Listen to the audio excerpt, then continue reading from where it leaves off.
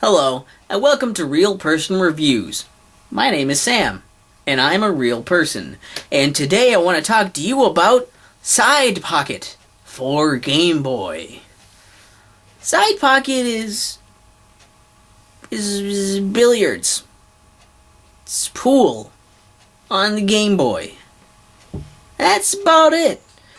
You got two modes to pick from. You can either do 9-ball, which is just a standard 9-ball game of pool that you can play, or there's also this championship selection circuit thing, which is kind of like a single-player mode, I guess, for like a campaign. I guess it's all single-player, really. It's kind of like a campaign mode, but it's like you don't actually compete against people. The idea is to beat a certain score, and you only get so many shots to do this. If you don't sink a ball during your shot, then you lose those shots. So every once in a while, one of the pockets will have a star on it, and if you sink a ball into that specific pocket, which is, you gotta be skilled to do that, you might get an extra few hits, or you might get some bonus points, or it might just do absolutely nothing and be a waste of your time, and it made you risk all that for fucking nothing.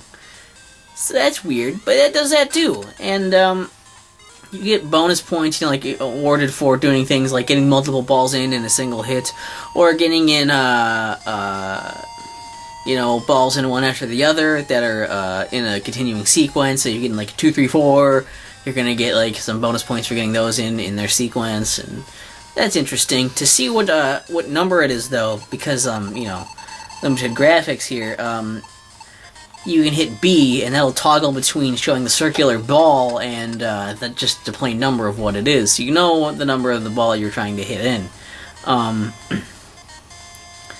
You just kind of advance in the championship mode by getting a bunch of points. And continuing on, keeping your number of shots. You run out of shots, you gotta go back and try it again. Every once in a while you'll be awarded with like a bonus shot, which can give you some extra points or more free shots at the end of it.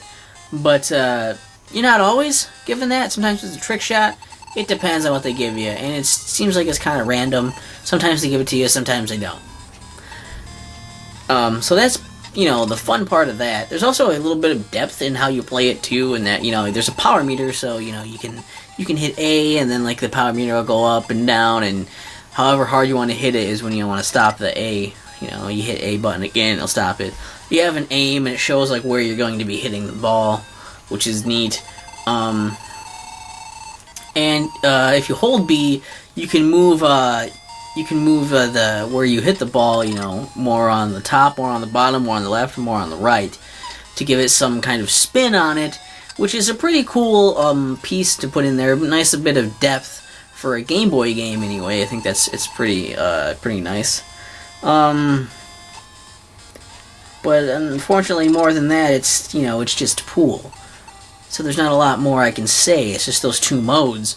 You only get 2 selections of game music if you want one background music or the other. There's also the selection to have it off in case you want the background music off but still want to hear the sound of hitting the balls, I guess. Also, because it's so small on the screen, it's hard to tell like when you're trying to line up a shot. Sometimes because you're really far away, and because it moves a set amount when you hit a direction, your aim turns a set amount.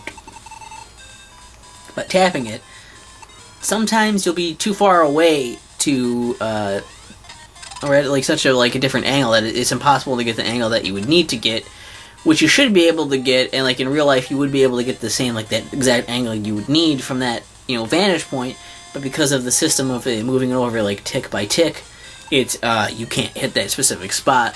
So that's kind of bullshit, but it's still pretty good for the detection and everything on this. There's also the bonus I forgot to mention, which is a Super 9-ball, which when you hit the 9-ball, it goes apeshit and flies all over the place, which you think would be helpful because it would make stuff get knocked around, but usually it just ends up in, maybe I'm doing it wrong, but it ends up just kicking back and getting, my fucking cue ball in and making me scratch. I don't know. I don't know if that's necessarily that helpful. Also, there's no color in it. This is an early Game Boy game, and because of that, there is no color, which means that you are kind of stuck with trying to just tell what the numbers are on those. So there's not really any interesting spin on it. There's not really any big story to be had here, or cool characters or anything really that interesting about it. So it's not It's not a real impressive game, it just is pool. Side pocket. If you're looking to play pool on the go, on your handheld, yeah, it's fine. If that's something you're interested in. But it's really not that worth your time. I got it because I used to have it when I was younger, and I thought it was really fun at the time. It was a nice little nostalgia trip. You see, I paid like $3 for it. You know, you could probably get it dirt cheap if you're really interested, but honestly, like, if you're that interested in playing like pool on a handheld, I don't know I just don't know if there's a lot of interest there. A lot of people are like, yeah, I want that. It was interesting for the time, I guess.